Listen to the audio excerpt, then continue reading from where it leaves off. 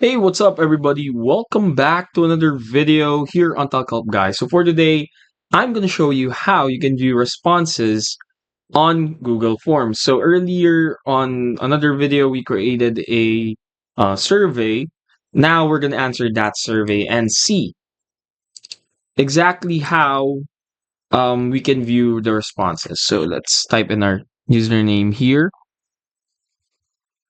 tutorials8y7gmail.com right there.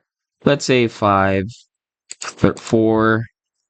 and then let's say the reveal, and then submit.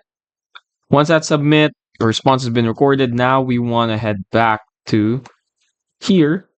Instantly, you will have a response right here, one response. So let's just click on that one, and that's it. This is already the response rate. So you see here 100%. This one 100% response, and the reveal. So there are ways you can view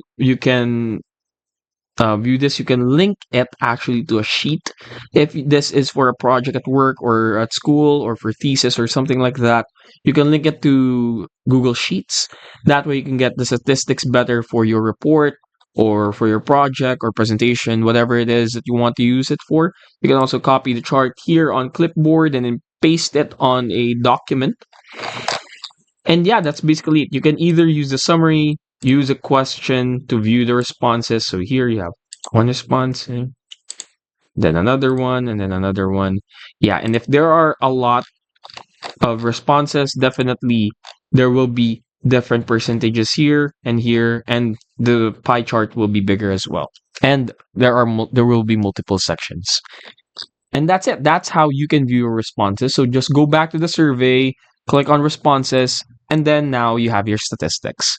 Hopefully, we were able to help you out with this one. If we did, please do hit, of course, the like and the subscribe button, and we will see you again on another video only here on Talk Help Guy.